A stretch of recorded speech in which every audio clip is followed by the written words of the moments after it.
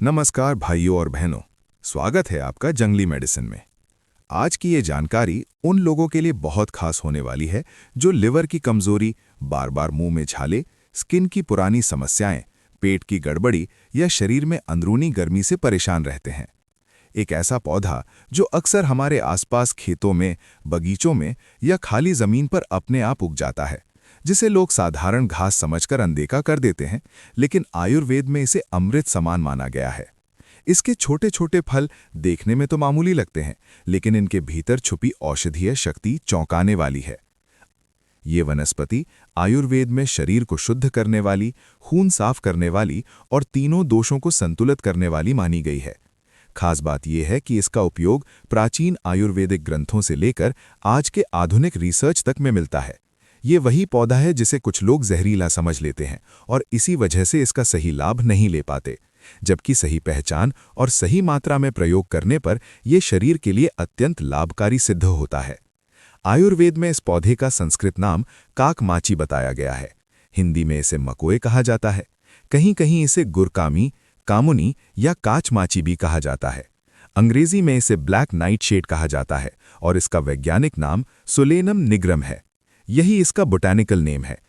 आयुर्वेदिक दृष्टि से यदि इसके रस, गुण, वीर्य और विपाक की बात करें तो मकोए का रस तिक्त और कषाय होता है।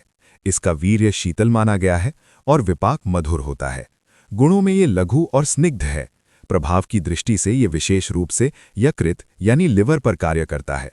त्रिदोषों में ये मुख्य रूप से पित्त दोष को शांत करता है, साथ ही वात और कफ को भी संतुलन में लाने में सहायक होता है। अब बात करते हैं इसके पौधे और फलों के चमत्कारिक फायदों की। मकोए का सबसे बड़ा उपयोग लिवर की समस्याओं में बताया गया है। आयुर्वेदिक ग्रंथों में इसे यकृत विकारों की श्रेष्ठ औषधि माना गया है। फैटी लिवर, पीलिया, लिवर में सूजन या लिवर एंजाइम बढ़ने जैसी स्थितियों में मकोए का प्रयोग बहुत लाभकारी माना जाता है। मकोए के पत्तों या पूरे पौधे का रस लिवर को ठंडक देता है और उसकी कार्यक्षमता को बेहतर बनाता है। जिन लोगों को बार बार मुंह में छाले हो जाते हैं, जीभ पर जलन रहती है या शरीर में अत्यधिक गर्मी महसूस होती है, उनके लिए मकोए किसी वरदान से कम नहीं है। इसकी शीतल प्रकृति पित्त को शांत करती है और अंदरूनी जलन को कम करती है। मकोए के फलों का सीमित मात्रा में सेवन करने से छाले जल्दी ठीक होते देखे गए हैं। त्वचा रोगों में भी मकोए का उपयोग बहुत पुराना है। खुजली, फोड़े फुंसी, एक्जीमा, दांत खाज जैसी समस्याओं में मकोए का लेप या रस आयुर्वेद में बताया गया है। ये खून को साफ करता है, जिसका सीधा प्रभाव त्वचा की सेहत पर पड़ता है। इसी कारण इसे रक्त शोधक औषधि भी कहा गया है।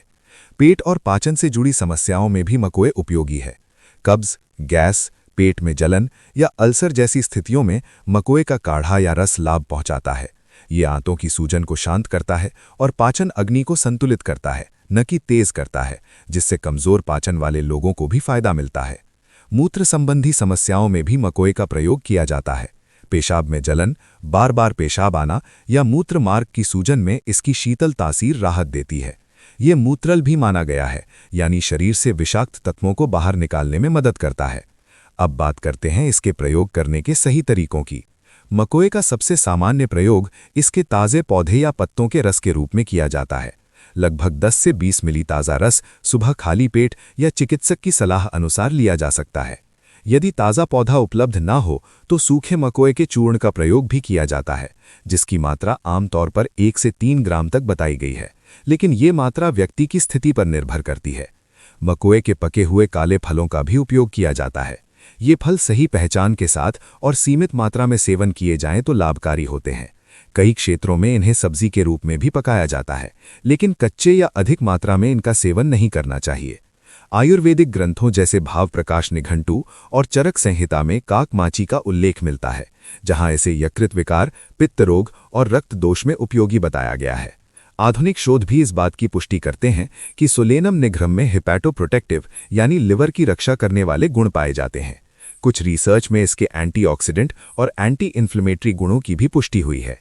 अब आपसे एक सवाल, आप इस वनस्पति को क्या नाम से जानते हैं और आपके यहाँ इसको कैसे प्रयोग करते हैं?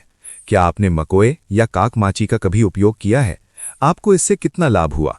कमेंट करके ज़रूर बताइए ताकि दूसरे लोग भी आपके अनुभव से लाभ उठा सकें।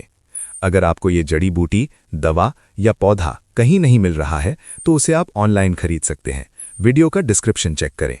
याद रहे, हो सकता है कि आप इस वनस्पति को सही से ना पहचान पाए हों या प्रयोग करने में कोई गलती कर दें, इसलिए इसका उपयोग करने से पहले किसी वैद्य आयुर्वेदिक चिकित्सक से परामर्श जरूर लें।